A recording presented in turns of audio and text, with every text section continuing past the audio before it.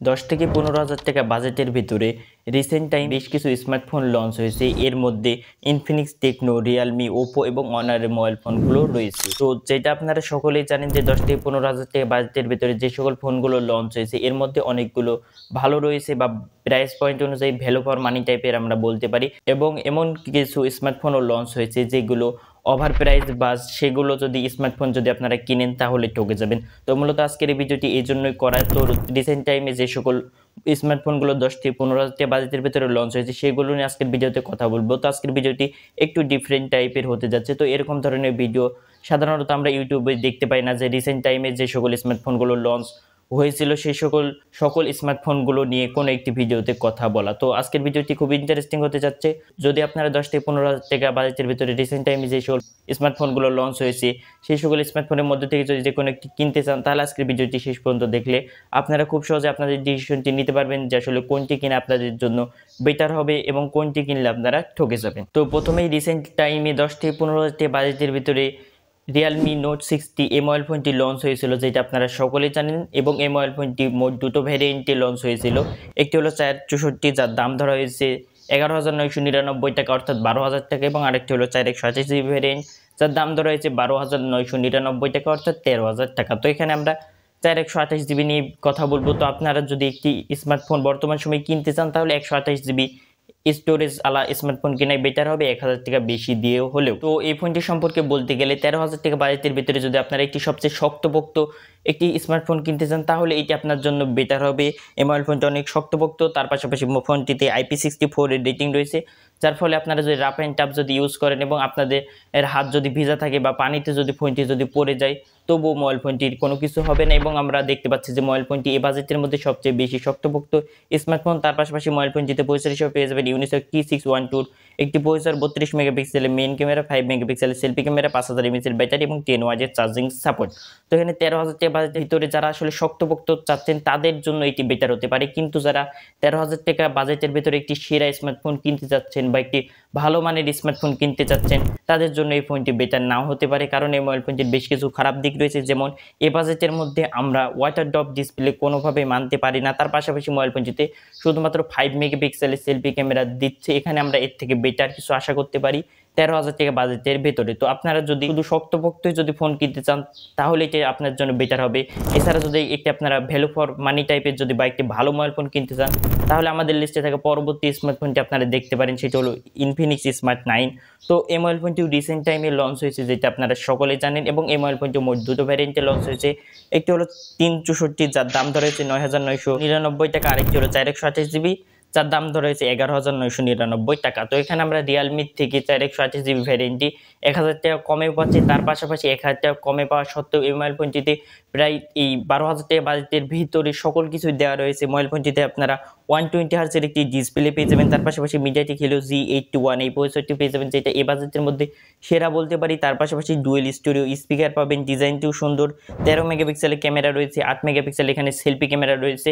তো আমরা নোট 60তে শুধুমাত্র 5 মেগাপিক্সেলের সেলফি ক্যামেরা দেখেছিলাম, তো সেই দিক দিয়ে বিবেচনা করতে গেলে এই মোবাইল ফোনটি বেটার হতে পারে। তো ওভারঅল বলতে গেলে যদি আপনারা 12,000 টাকার ভিতরে ডুয়েল স্টুডিও স্পিকার এবং চারিদিক দিয়ে যদি একটি পারফেক্ট ফোন যদি কিনতে চান তাহলে ইনফিনিক্স স্মার্ট 9 এই মোবাইল ফোনটি অবশ্যই আপনাদের লিস্টে রাখতে পারেন।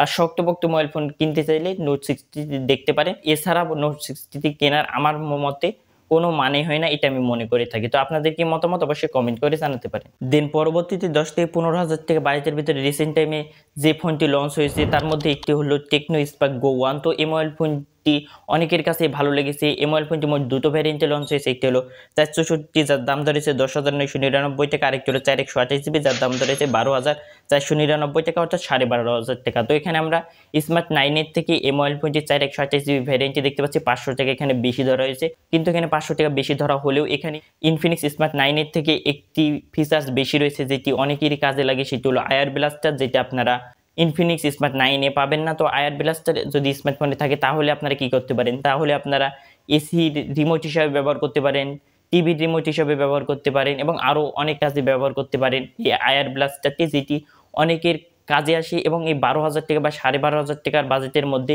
এটি প্রথম ফোন যে স্মার্টফোনে আয়ার ব্লাস্টার এই পোর্টটি দেওয়া রয়েছে। তার পাশাপাশি এই মোবাইল ফোনটিতে ডুয়েল স্টোরিও স্পিকার পেয়ে যাবেন, যার ফলে যা সাউন্ড কোয়ালিটি খুবই সুন্দর লাগবে।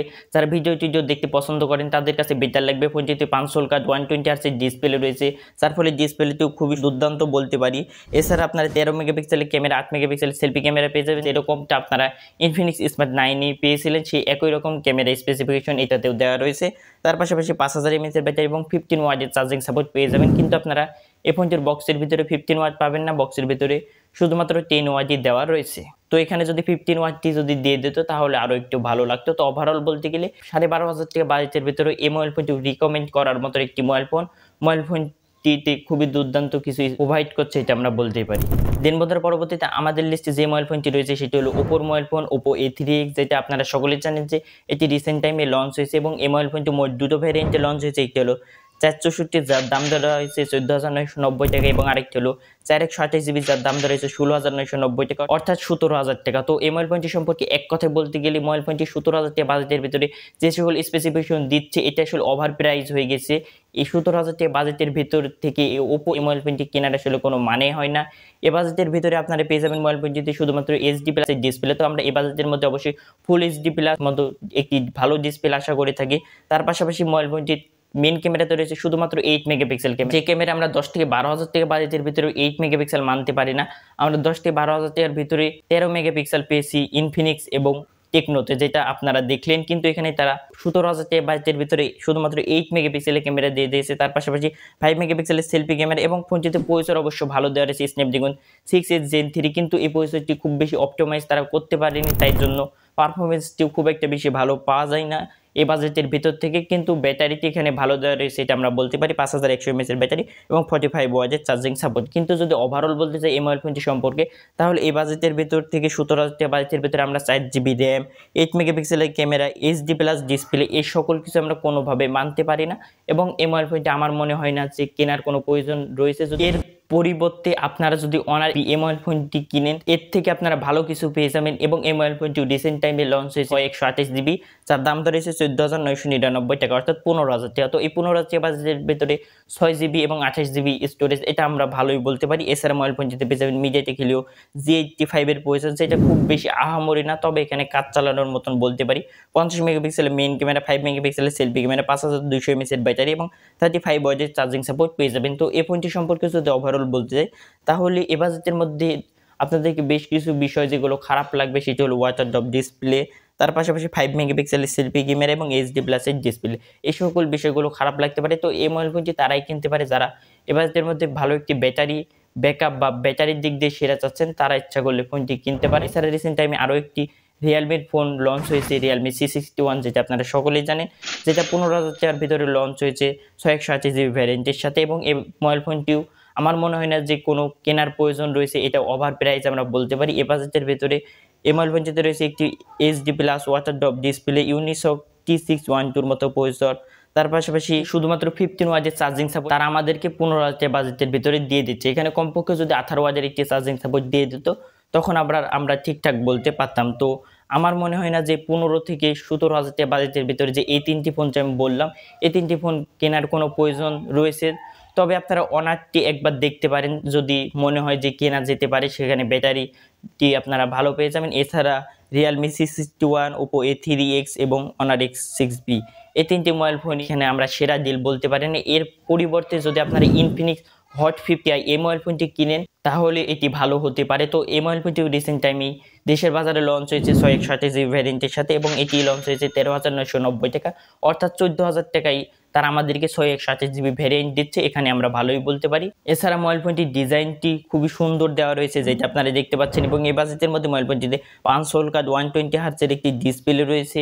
তার পাশাপাশি 48 মেগাপিক্সেলের ক্যামেরা রয়েছে, 5000 mAh ব্যাটারি, 18 ওয়াটের চার্জিং সাপোর্ট এবং MediaTek Helio G81 এর মতন একটি প্রসেসর রয়েছে। তো এই মোবাইল ফোনটি 14,000 টাকা বাজেটের ভিতরে যে সকল স্পেসিফিকেশনগুলো দিচ্ছে এটা আমরা ভালো বলতে পারি। বিশেষ করে রিয়েলমি, অনার এবং ওপোর যে তিনটি ফোনগুলো আমরা দেখতে পেলাম, সে তিনটি মোবাইল ফোনের তুলনায় এটিকে আমরা 10 টাইম বেটার একটি স্মার্টফোন বলতে পারি। তো বন্ধুরা, এই ছিল মূলত আজকের ভিডিওটি। তো মূলত আজকের ভিডিওটিতে আমরা 15,000 টাকা বাজেটের ভিতরে সেরা স্মার্টফোনের আমরা লিস্ট করিনি। আমরা আজকের ভিডিওতে রিসেন্ট টাইমে যে সকল স্মার্টফোনগুলো লঞ্চ হয়েছিল সেইগুলো নিয়ে আসলে কথাবার্তা বললাম। তো এরকম ধরনের ভিডিও আপনাদের কাছে কেমন লেগেছে অবশ্যই কমেন্ট করে জানাবেন। এবং এই যে রিসেন্ট টাইমে যে সকল ফোনগুলো লঞ্চ হয়েছে এবং আমি আজকের ভিডিওতে যে সকল স্মার্টফোনের কথা বললাম এর মধ্যে থেকে কোনটি আপনাদের কাছে সবচেয়ে বেটার মনে হয়েছে অবশ্যই কমেন্ট করে জানাবেন। এবং আপনাদের যদি বেশি বেশি কমেন্ট আসে তাহলে খুব দ্রুত আমরা আরেকটি ভিডিও নিয়ে হাজির হব 10 থেকে 15,000 টাকা বাজেটের ভেতরে সেরা 5টি মোবাইল ফোনের লিস্ট নিয়ে। সেখানে শুধুমাত্র সেরা সেরা স্মার্টফোনগুলো থাকবে, সেখানে কোনো ওভার প্রাইস বা বাজেটের ভেতরে সেরা স্মার্টফোন না এরকম কোনো ধরনের স্মার্টফোন থাকবে না। তো বন্ধুরা, এই ছিল মূলত আজকের ভিডিওটি। যদি ভিডিওটি ভালো লাগে like comment share and subscribe করে আমাদের পাশে থাকতে পারেন। দেখা হচ্ছে পরবর্তী কোনো ভিডিওতে। ততক্ষণ পর্যন্ত ভালো থাকবেন, সুস্থ থাকবেন। আল্লাহ হাফেজ।